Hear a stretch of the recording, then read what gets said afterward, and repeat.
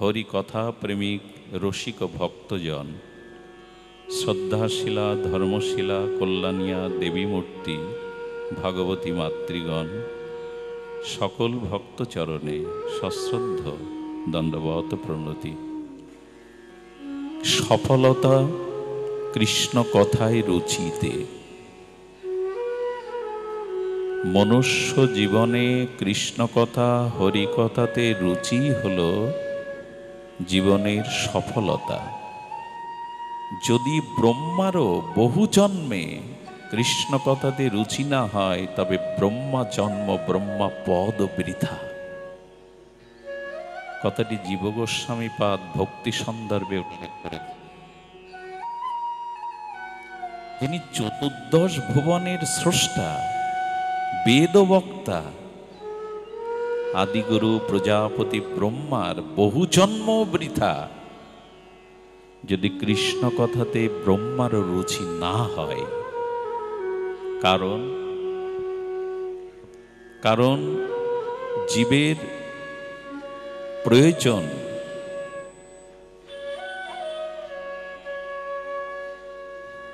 জীবের প্রয়োজন তত্ত্ব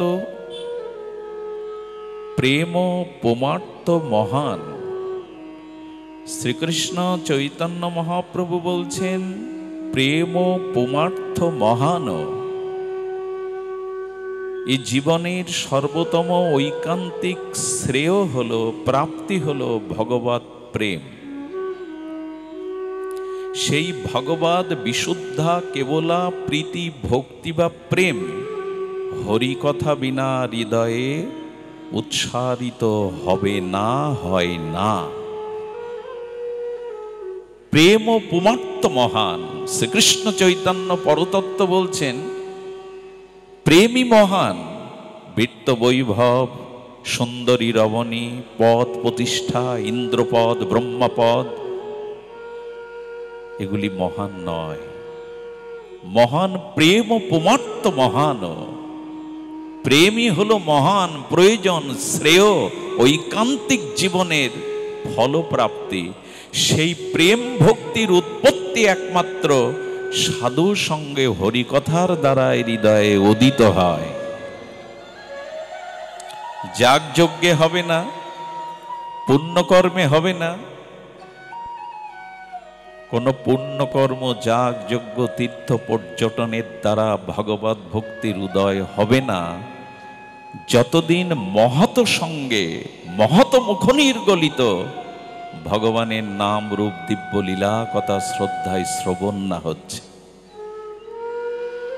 শ্রবণাঙ্গ ভক্তির দ্বারা, মহৎ অনুগ্রহের দ্বারা, মহতের মুখনির্গলিত মম সং বীর্যবতী হরিকথা যতদিন হৃদয়ে প্রবেশ না করছে, ভক্তির হৃদয়ে জাগরিত হবে না।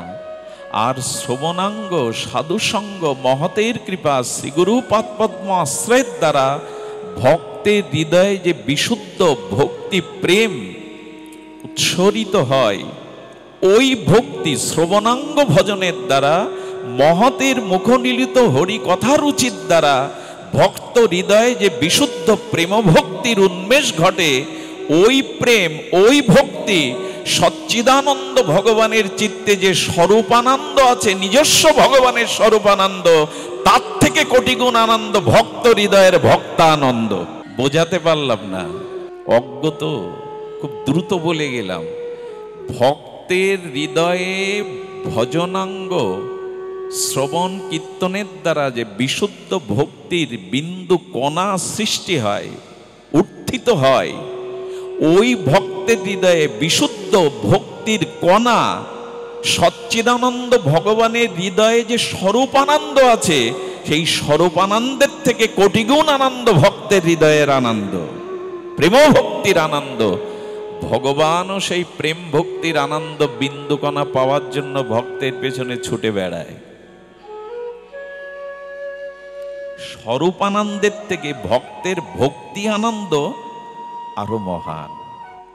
আচ্ছা, জলের উৎস সমুদ্র, সমুদ্রের জল ক্ষার প্রদান, পিপাসা নিবারণ করার সামর্থ্য নাই।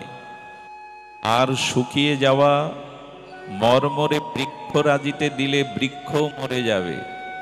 তো তুমি জলের উৎস, অথচ তোমার জল পানের যোগ্য নয়। তোমার জল মৃত বৃক্ষরাজিতে দিলে সে আরো শুকিয়ে মরে যায়। তো তুমি জলের উৎস হয়ে তোমার সার্থকতা কি? সমুদ্র বলল, সার্থকতা আছে। আমার এই জল বর্ষণের দ্বারা যখন আমি মেঘকে দিয়ে দেব, আমার এই সমুদ্রের নোনা জল 7 নক্ষত্রে স্পর্শ করে সমুদ্রের শক্তির মধ্যে পড়লে তা হবে মুক্তা। অথচ সমুদ্রের জলের এই ক্ষমতা নাই যতক্ষণ সমুদ্রের জল মেঘকে দান না করছে। তেমনি ভগবানের হৃদয়ে যে স্বরূপ আনন্দ, সেই স্বরূপ আনন্দ ভগবান আনন্দিত হর্ষান্বিত হন বটে, তবে মোহিত হন না। কিন্তু ওই ভক্ত আনন্দের কাছে গিয়ে যখন ভক্তের ভক্তি, ব্যাকুলতা, উৎকণ্ঠা, প্রীতি, নিষ্কামতা মিশে গিয়ে ভক্তি তৈরি হয়, ভক্তি মেঘ তৈরি হয়, তখনই ভগবানের স্বরূপ আনন্দ ভক্তের প্রেমানন্দের পেছনে ছুটে বেড়ায়। এর মূলে হলো কৃষ্ণ কথাতে রুচি। ভক্তি হবে না, যাগ যজ্ঞ পূর্ণ কর্ম তীর্থ পর্যটনের দ্বারা ভক্তি হবে না। সাবৈ পুংসাং বিশ্বাস কেন কথা সুজা নৎপদায়েদ যদি রতিং শ্রম এবহি কেবল। পরমহংস কুলতিলক ভগবান শ্রী সুখদেব তিনি বলছেন, যাগ যজ্ঞ পুণ্য পর্যটন দান ধ্যান কৃত পূর্ণ রাশি জমা হলে ভগবান সেই দিনই প্রসন্ন হবেন যেদিন তোমার হরি কথাতে রুচি হবে, না হলে সব বৃথা। শ্রম এবহি কেবলম। আসুন সেই ভাগবতীয় নাম রূপ দিব্য চিন্ময় লীলা কথাতে আমাদের রুচি হোক। হরিকথা শ্রবণের অধিকারী কারা? পার্বতীকে ভগবান শঙ্কর প্রথমে বলেছিলেন, আমি তোমাকে এই তত্ত্ব কথা শোনাবো না। জগৎমাতা আদ্যা শক্তি দেবী ভাগবতীকেও ভগবান শঙ্কর, যিনি ভাগবত প্রবক্তা, তিনি বলছেন তোমাকে আমি শ্রবণ করাবো না। কারণ গত জন্মে তুমি আমার অর্ধাঙ্গিনী সহধর্মিনী সতী ছিলে। সেই সতী থাকা অবস্থায় ভরদ্বাজ ঋষির আশ্রমে চিত্রকূটে তোমার শ্রবণাঙ্গতে ভক্তি হয়নি। কি আশ্চর্য কথা! তোমার শ্রবণাঙ্গে ভক্তি হয়নি। তুমি ঋষি ভরদ্বাজকে দেখেও বক্তা রূপে শ্রদ্ধা করতে পারোনি। আর সেই লীলা কথা, ভগবত কথা শুনে সাক্ষাৎ মর্যাদা পুরুষোত্তম রামচন্দ্রের লীলা দেখেও সীতা হারানো রঘুপতি রামচন্দ্রের নরলীলায় যখন শোকে কাতর হয়ে কাঁদছিলেন, তখনও তোমার ভগবানের লীলাতে বিশ্বাস আসেনি। এই জন্য মনে মনে আমি তোমায় ত্যাগ করেছিলাম। তুমি সতীদেহ পরিত্যাগ করে পার্বতী হয়ে এসছো। পূর্বজন্মের যদি স্বভাব থাকে তোমাকে আমি হরিকথা শোনাবো না। পার্বতী মা বলছেন, প্রভু অমৃতময়, সেই চিন্ময় অমরত্ব অমৃত আমাকে পান করান। বললেন, যদি ঘুমিয়ে পড়ো, অলসতা আসো, অভিশাপ নিতে হবে। রাজি আছো? হরিকথার অধিকারী সবাই না।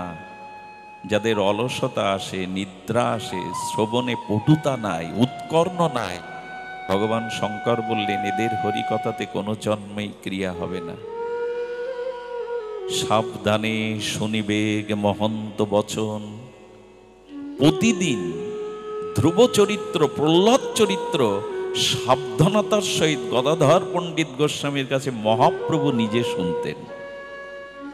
এবং সেই প্রহ্লাদ চরিত্র, ধ্রুব চরিত্র শ্রবণ করতে করতে প্রভু চোখের জলে হস্তলিখিত গদাধর পণ্ডিত গোস্বামীর ভাগবতের অক্ষর ভাসিয়ে দিয়েছিলেন। প্রভু, তুমি রাধা কৃষ্ণ মিলিত তনু পরতত্ত্ব, ব্রহ্মার বাঞ্ছিত চরণ, তুমি কেন প্রহ্লাদ চরিত্র, ধ্রুব চরিত্রে কাঁদছ? শ্রবণ উৎকণ্ঠা কেন তোমার? বলেন প্রহ্লাদের মতো ভগবানে বিশ্বাস আমার কবে হবে? স্তম্ভের মধ্যেও ভগবান আছেন এই বিশ্বাস, ধ্রুবের মতো ব্যাকুলতা ভগবানের প্রতি আমার কবে হবে? আমার তো হলো না। একে বলে শ্রবণ, একে বলে শ্রবণ। পার্বতী প্রতিজ্ঞা করেছিল, হরিকথাতে যাদের অলসতা আসে, নিদ্রা আসে, জীবাণু আছে, হরিকথাতে মনোনিবেশ হয় না, এরা হরিকথা শ্রবণের অধিকারী নয়। ভগবান শঙ্কর এই জন্য সাবধান করেছে, সতীকেও পর্যন্ত আমি পরিত্যাগ করেছিলাম, তাকে আবার নূতন করে পার্বতী হয়ে আসতে হলো, না হলে তার কৃপা হয়নি। সাবধানে শুনিবে এক মহন্ত বচন। এই মা বসে পড়, মালা পরে বসে পড়। সাবধানে শুনিবে এক মহন্ত বচন। আসুন ভাগবতের প্রারম্ভিক ভূমিকাতে আমরা শ্রবণ কীর্তনে শ্রদ্ধান্বিত হই। শ্রদ্ধান্বিত শ্রবণ কীর্তন। সুধীজন, হরিকথাতে যেটি আমরা প্রাপ্ত হব, আমাদের জীবনে অবসাদ আছে, বিষাদ আছে। অবসাদগ্রস্ত বিষাদগ্রস্ত জীবনে একমাত্র সাধুসঙ্গ হরিকথাতেই সেই অবসাদ আর বিষাদ দূরীভূত হয়ে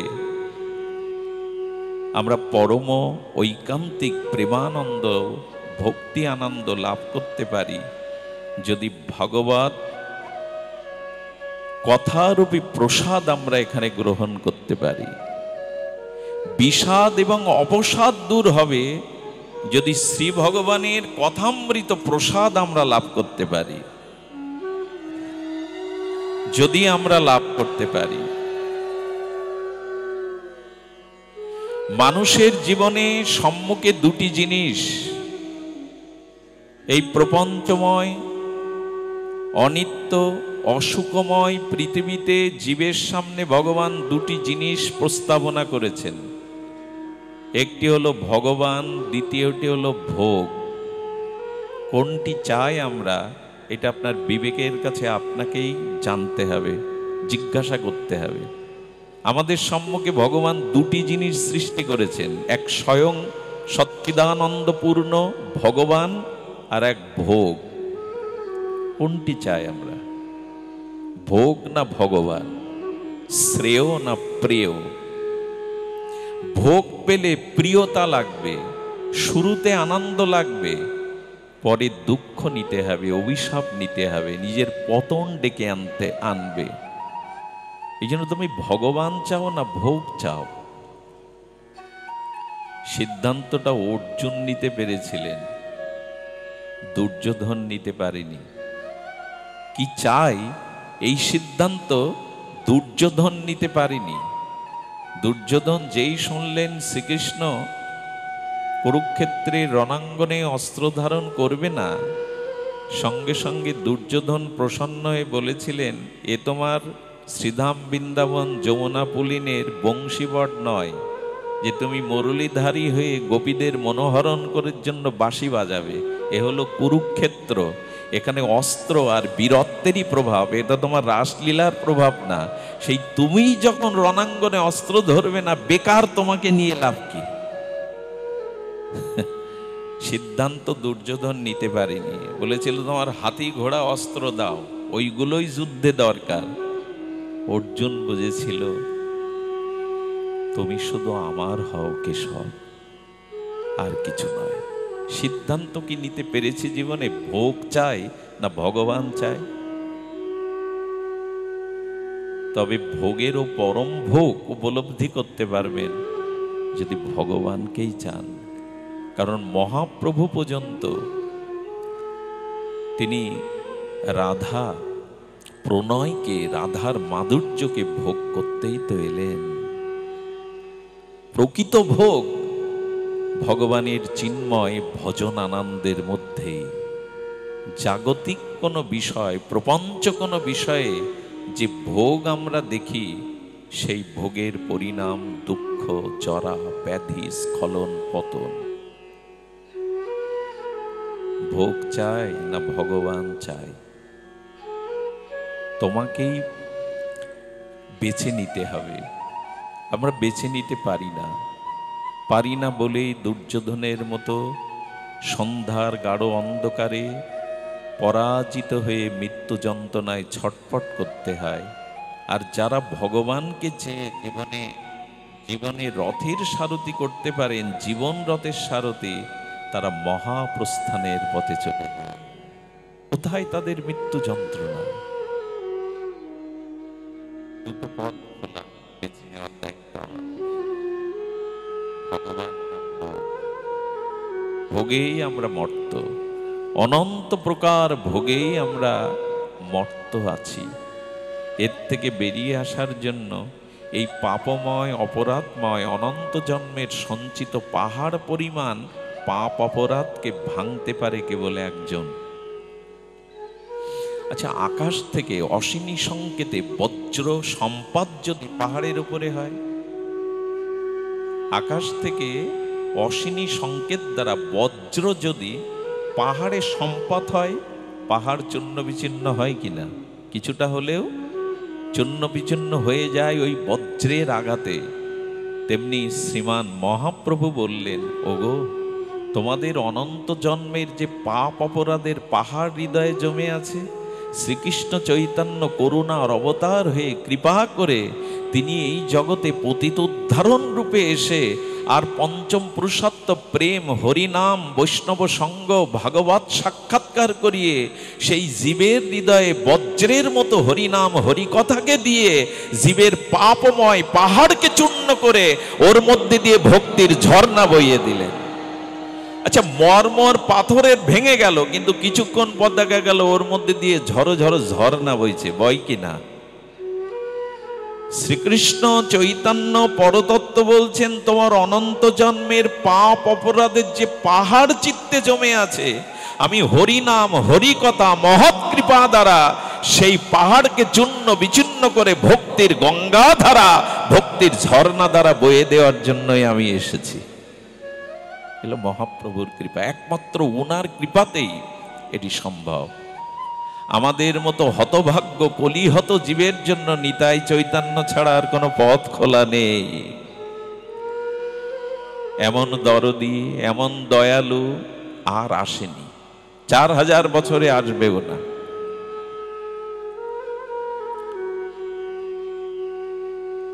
ফ্যানটা দিও না, শব্দ হচ্ছে, থাক, একটু কষ্ট হোক।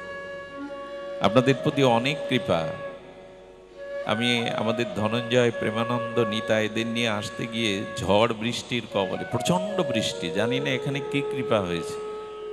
সে বৃষ্টিতে 1-1.5 ঘন্টা বৃষ্টির কবলে, প্রচণ্ড বৃষ্টি, কৃপা হয়েছে হরিকথাতে গায়ের ঘাম ঝরুক, চোখের জল না ঝরে, হরিকথাতে গায়ের ঘাম ঝরুক। সুধীজন, হরিকথা মনোনিবেশ হলে দেহাত্মবোধ থাকে না, ক্ষুধা তৃষ্ণা মলমূত্র দেহাবেশী থাকে না। 7 দিন তো কিছু খাননি পরীক্ষিত মহারাজ, কথামৃত পান করতে করতে তার দেহাবেশ ছিল না। আমরা অত দূরের না, অত উপরে উঠতে পারবো না, তবে 2 ঘন্টা যদি ক্ষুধা তৃষ্ণা দেহ সুখ ত্যাগ না করতে পারি, তো ভগবান পাবো কি করে, প্রেম ভক্তি পাবো কি করে? অনেকেই পাঠ শুনতে এসে কোটো বের করে, ছোট ছোট এরকম কোটোর মধ্যে পান গালে দেন, চুন পান মশলা দিয়ে ওই রস পান করতে থাকেন আর হরিকথা পান করতে থাকেন। মহাত্মারা বলছেন, পানের রসের ত্যাগ করতে পারলে না তো কাম ক্রোধ কি করে ত্যাগ করবে তুমি? খুব সোজা, হরিকথাতে কষ্ট স্বীকার করুন। ভোগের দেহ, সুখের দেহ, বিষয় ভোগের দেহ একটু ক্লেশ হোক। তপস্যাটা কি জানেন? তাপ সহা। এই যে গরম পড়ছে, বসতে কষ্ট হচ্ছে, ঘুম আসছে, এই তাপটাকে যে সহ্য করতে পারে তারই নাম তপস্যা। তাপ সহা তপস্যা। তপস্যা না হলে তো পাওয়া যাবে না। তো মহাপ্রভু কৃপা করে হরিনাম হরিকথা বৈষ্ণব শাস্ত্র বৈষ্ণব সঙ্গ দিয়ে আমাদের সেই পাপের অপরাধের পাহাড়টাকে চূর্ণ বিচীর্ণ করলেন। এর প্রমাণ কি? এর প্রমাণ শুনুন। জগন্নাথী মাধব জগায় মাধায় পাপের পাহাড় কম ছিল তাদের? নিতাই করুণা, মহাপ্রভুর করুণা দিয়ে সেই পাপের পাহাড় ভেঙে তাদের হৃদয়ে ভক্তি। শুধু কি না, এই বঙ্গদেশের তপন মিশ্রের মতো সাধ্য সত্তন তত্ত্ব না জানা সেই তপন মিশ্রকেও মহাপ্রভু বলে দিলেন, শোনো মিশ্র, কলিযুগে নাহি তপযোগ্য, যে জনা কৃষ্ণ ভজে তার মহা। তপন মিশ্রকে সাধ্য সাধন জানিয়ে দিলেন, তপন মিশ্র পথ পেয়ে গেল। শুধু কি তাই, যিনি তর্ক আর অন্যকে পরাস্ত করা ছাড়া পাণ্ডিত্য দিয়ে কিছুই জানতেন না, সেই প্রকাশানন্দ সরস্বতীর চিত্রে তর্ক এবং বিতর্ককে মুছে দিয়ে তার মধ্যে রাধারস সুধানিধির তরঙ্গ বইয়ে দিলেন মহাপ্রভু। শুধু কি তাই, শুধু কি তাই, শুধু তাই না, সার্বভৌমের মতো রাজপণ্ডিত সার্বভৌম বেদজ্ঞ, শুষ্ক হৃদয়, প্রেম নাই, ভক্তি নাই, ষড়ভুজ দর্শন করিয়ে কৃপা করে সার্বভৌমকে পাগল করে নাচালেন হরিনামে হরি প্রেমে মহাপ্রভুই। এই জন্য চৈতন্যই ভরসা, নিতাই চাঁদই ভরসা আমাদের। আমাদের সামনে এমন করে দয়ার মূর্তি নিয়ে দয়ার ঠাকুর আর আসেনি। কলি ঘোর তিমিরে গরসল জগজন, ধর্ম কর্মর হুদূর, অসাধনে চিন্তামণি বিধি মেলাইল আনি, গোড়া বড় দয়ার ঠাকুর। কে আছে এমন? অসাধনে চিন্তামণি বিধি মিলাইল আনি, যা ব্রহ্মাও পায়নি তাই অকাতরে স্থান পাত্র বিচার না করে দিয়ে দিচ্ছে। এমন দয়াল আর কে এসেছে, আসবে বা কবে? অনার্পিত চরিণ চিরাত করুণায় অবতীর্ণ কল, সমর পয়ত উন্নত উজ্জ্বল রস সভক্তি শ্রিয়ম, হরিপুরট সুন্দর দুতি কদম্বিত সন্দীপিত, সদা হৃদয় স্কন্দরে স্ফুরত বা শচীনন্দন। কবে আমার চিত্ত গুহার মধ্যে, আমার চিত্ত মধ্যে শচীনন্দনের স্ফূর্তি হবে, শচীনন্দনের ভাবনা উদয় হবে, সেই ভাবের উদয় হবে। এই ছাড়া তোর পথ নেই খোলা। পতিত পাষাণ্ডী অতি দুরমতি অতি, প্রাণে না মারিল কারে, হরিনাম দিয়া হৃদয় সদিল যাচি গিয়া ঘরে ঘরে। কে আছে এমন প্রেমের ঠাকুর, দয়ার ঠাকুর? ঘরে ঘরে গিয়ে যেচে যেচে ব্রহ্মার বাঞ্ছিত প্রেম দিচ্ছেন। একমাত্র নিতাই গৌরেরই অবদান। সেই ঘরের ছেলে নিতাই গৌর, তাকে আমরা উপলব্ধি করলাম না। দেখুন, ভগবান শ্রীকৃষ্ণ যখন তাপর লীলা তিনি সাঙ্গ করে নিত্য স্বরূপধামে গমন করছেন, অপ্রকট লীলাতে গমন করছেন, ভক্তশ্রেষ্ঠ সর্বোত্তম উদ্ধব এসে দাঁড়িয়েছে। খুব মর্মস্পর্শী কথা, ধ্যান দিয়ে শুনুন। যখন দাঁড়িয়েছেন, উদ্ধবকে ভগবান বলতে বলতে বলেছেন, আমার পুত্র ব্রহ্মাও আমার এত প্রিয় না, আমার বড় দাদা বলরাম আমার কাছে যত প্রিয় না, লক্ষ্মী দেবীও আমার কাছে যত প্রিয় না। হে উদ্ধব, তুমি আমার অভিন্ন হৃদয়, তুমি আমার ততটা প্রিয়। বৃহস্পতির শিষ্য, জ্ঞানী মধ্যে অগ্রগণ্য ধীর, আর বিঞ্চিগণের মধ্যে সর্বত মেধা সম্পন্ন উদ্ধব, যাকে দেখলে দূর থেকে বাসুদেব কৃষ্ণের সাথে একীভূত মনে হতো, সেই উদ্ধব বলছেন, প্রভু তুমি দাপর লীলা সাঙ্গ করে অপ্রকট নিত্য লীলায় প্রবেশ করছো, কিন্তু তোমার এই ধ্বজ অঙ্কুচ দিব্য চরণ চিহ্ন ধরিত্রী বসুন্ধরা থেকে যেদিন চলে যাবে, সেদিন কাল কলি এসে প্রবেশ করবে। প্রভু, আমার একটা জিজ্ঞাসা আছে। উদ্ধবের জিজ্ঞাসাটা বড় অপূর্ব, জ্ঞান উত্তম তো। আচ্ছা ভগবান, তুমি বলো তো, তুমি হিরণ্যককে বধ করবার জন্য বরাহ অবতার হলে, তুমি রাবণ বধের জন্য ধনুর্ধারী রামচন্দ্র হয়ে এলে, আর তুমি হিরণ্যকশিপুরকে বধ করবার জন্য নরসিংহ রূপ নিলে। তুমি এমনি করে জরাসন্ধ, শিশুপাল, কংস, পুতনা, অগাসুরকে বধ করবার জন্য স্বয়ং পরতত্ত্ব এতেচাংশ কলাপংশ স্বয়ং ভগবান কৃষ্ণ রূপে এলে। এই যে অসুর বিনাশ, ধর্মের স্থাপন। আচ্ছা প্রভু, আসছে কলিযুগে তো ঘরে ঘরে জন্ম নেবে রাবণ, কংস, দুর্যোধন, ঘরে ঘরে জন্ম নেবে পুতনা। তুমি কোন অবতারে এই কলির কবলিত অসুর শক্তিকে পরাস্ত করবে বলে যাও, তুমি তো বিদায় নিচ্ছ। প্রশ্নটা অসাধারণ প্রশ্ন। ভগবান কৃষ্ণ বলছেন, শোনো, কলিতে অবতারের দ্বারা জীব সংস্কার হবে না। কিসে হবে প্রভু? তবে শোনো, আমি নিত্য লীলায় স্বরূপধামে ফিরে যাচ্ছি না উদ্ধব।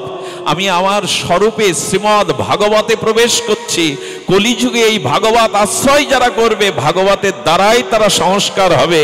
অসুর দলন হয়ে প্রেম ভক্তি জেগে উঠবে ভাগবতের মধ্যে। আমি পূর্ণরূপে স্বরূপ সধামে ফিরে না গিয়ে ভাগবতে প্রবেশ করছি। কত বড় তত্ত্ব জানালেন। সূর্য উদয় হলে যেমন আধার থাকে না, তেমনি শ্রী গোবিন্দ ভাগবত অভিন্ন সূর্য রূপে কলিযুগে প্রকাশ হয়েছেন। তাই অবতারে নয়, আজ কেউ কারো উপদেশ নিতে চায় না, প্রেমকে উপেক্ষা করে। তাই যারা ভাগবত ধর্ম গ্রহণ করে, ভাগবত শ্রবণ করছে, ভাগবত অভিন্ন গোবিন্দ কলেবার সূর্যতম তার হৃদয়ের অন্ধকার দূর করে দিয়ে প্রেম জ্বালিয়ে দেবে, প্রেম উন্মেষ করে দেবে।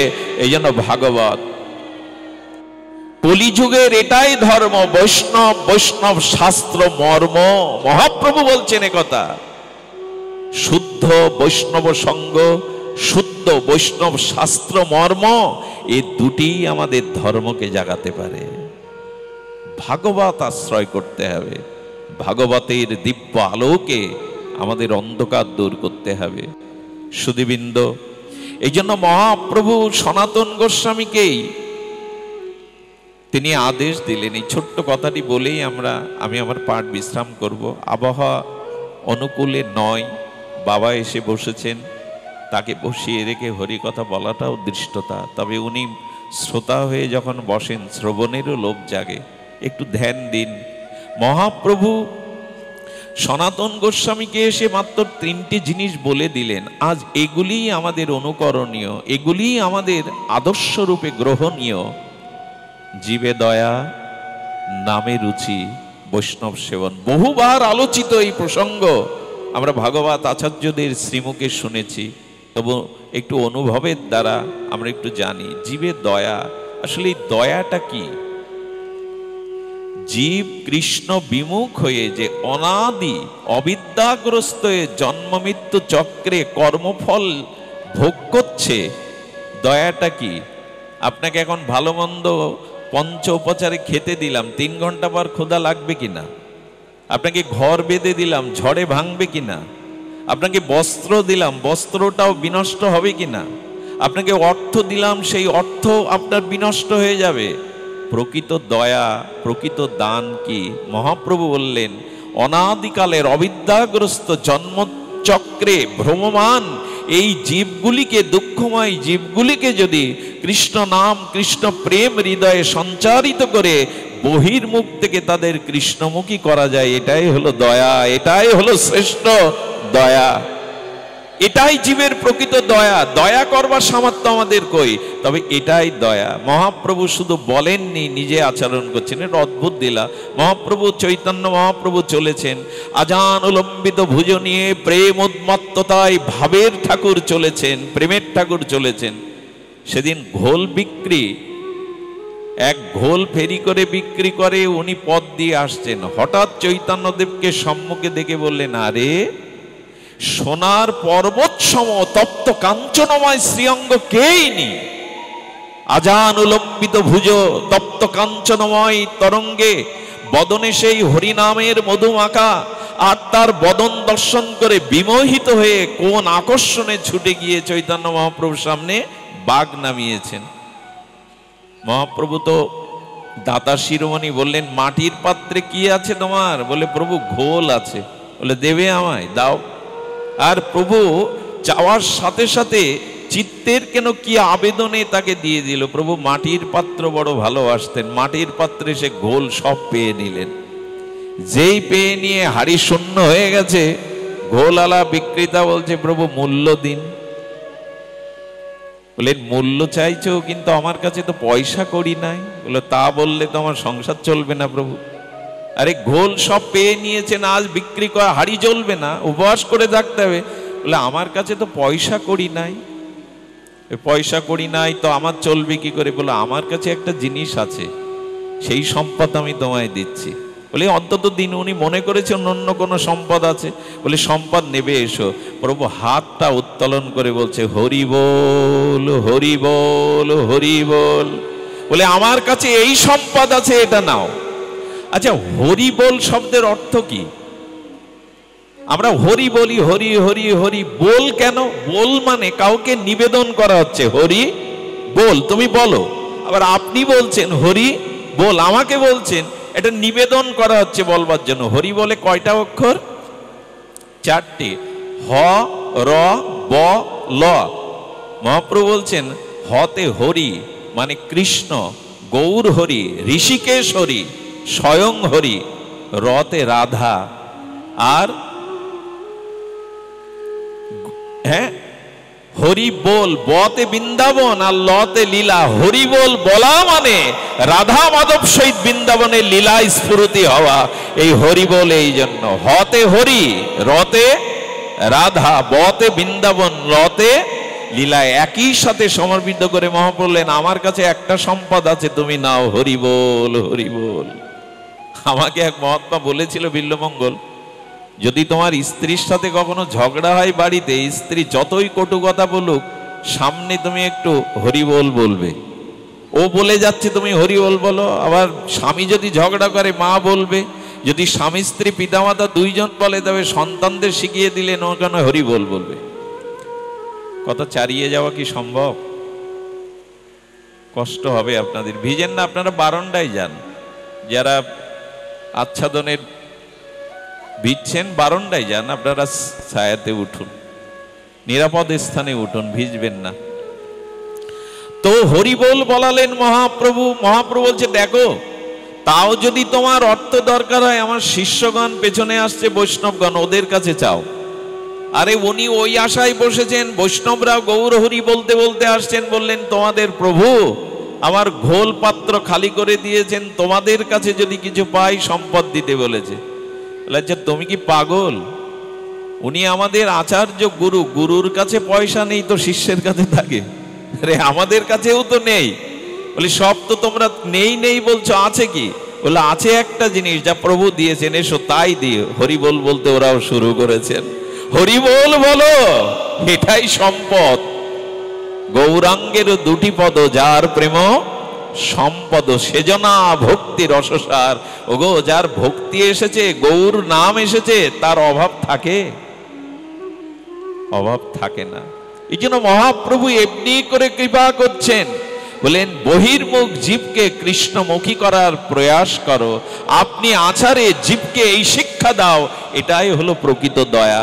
আজকে যারা এখানে অষ্টকালীন সংকীর্তন, অষ্টকালীন লীলা কীর্তন এবং ভাগবত দিচ্ছেন, এরাই প্রকৃত দয়া করছেন।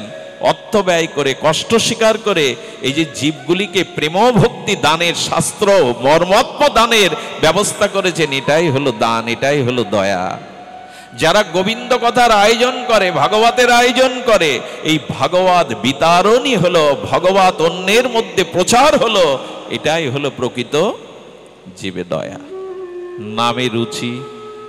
মহাপ্রভু বললেন এইটাই কেবল আমাদের উপলব্ধিতে আনতে হবে, নামে যেন রুচি হয়, তৃষ্ণাত্ম চাতকের মতো যেন রুচি হয়। এই রুচি নিয়েই হরি নাম। দেখুন রুচি কেন দরকার, আমি আগেও বলেছি। একটি ময়লা বস্ত্রের উপরে সাবান রেখে ঘষলে কাপড় পরিষ্কার হবে না, ডিটারজেন্ট ওপরে দিলে কাপড়ের ওপর পরিষ্কার হবে না, ওখানে তৃতীয় একটি বস্তু চাই, জল। আচ্ছা, ময়লা বস্ত্রের উপরে সাবান দিলেন, পরিষ্কার হবে? ডিটারজেন্ট দিলেন, জল দিলেন না, পরিষ্কার হবে কি বাবা? যতই ঘষাঘষি করি। মহাপ্রভু বললেন নাম নিলে হবে, তবে নামের সাথে একটু রুচি জাগাও, একটু রুচি জাগাও। এই রুচিটাই হরি নামে প্রেম এনে দেবে, আর কিছু নয়। এক কৃষ্ণ নামেই পাপ যাবে, আর কৃষ্ণ নাম লিতে প্রেম পাবে, তাও ব্রজ প্রেম। একটু রুচিতে বলো, একটু ক্ষুধা জাগিয়ে বলো। এই রুচি জাগিয়ে হরি নাম, এটাই মহাপ্রভু বলেছেন। আরেকটি আমার মন বিচলিত হয়ে গেছে, তারপরে বলি বৈষ্ণব সেবন। এই বৈষ্ণব সেবন মানে বৈষ্ণব সঙ্গের কথাই মহাপ্রভু বলেছেন। একটা অদ্ভুত বিষয় হলো এই সঙ্গ। যতদিন শুদ্ধ ভক্ত সঙ্গ না হচ্ছে ততদিন আমরা করব।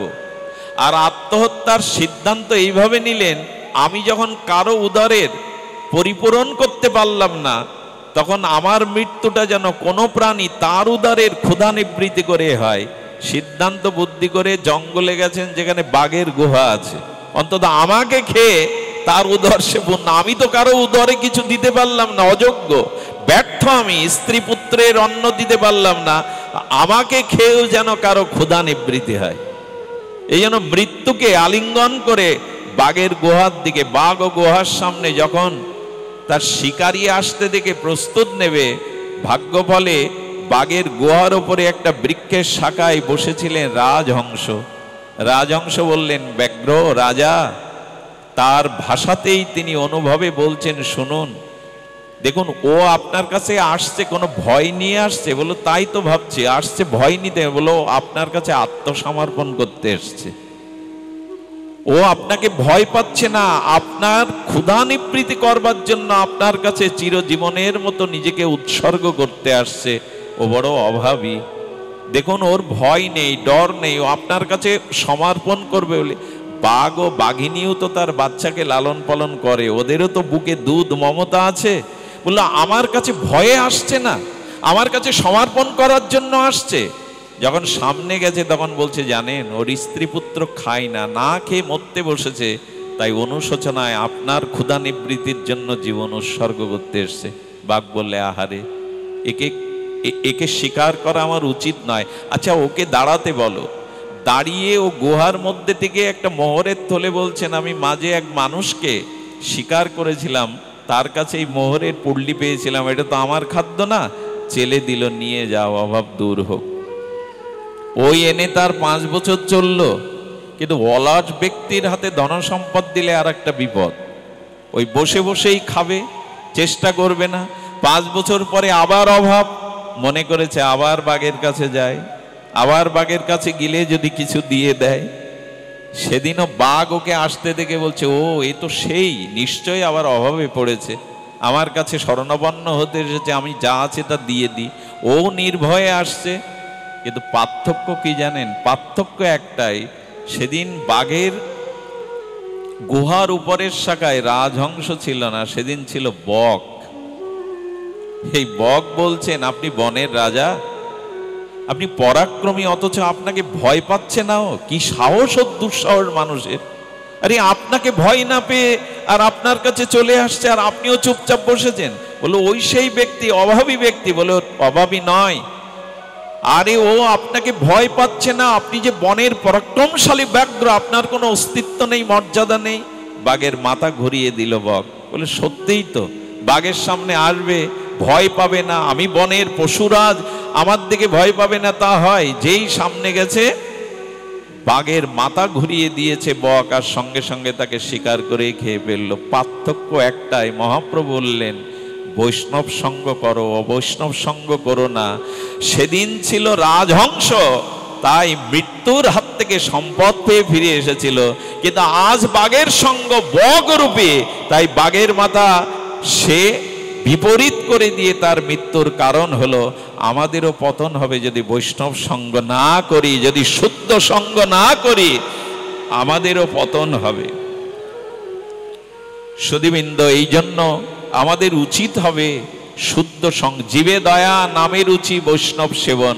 এই বৈষ্ণব সেবা মানে বৈষ্ণব সঙ্গ, আর এই সঙ্গ করতে করতেই বৈষ্ণবের সেবা ভাবনা জাগবে। আমার মনে হয় আমি আর এগোতে পারবো না, শব্দযন্ত্র হয়তো অনিরাপদ, জল পড়তে পারে। আমি বাবাজি মহারাজ যদি এসেছেন, আমার তাকে বাবা বলেই জানি, উনি 2-5 মিনিট একটু হরিকথা রসসিঞ্চন করুন।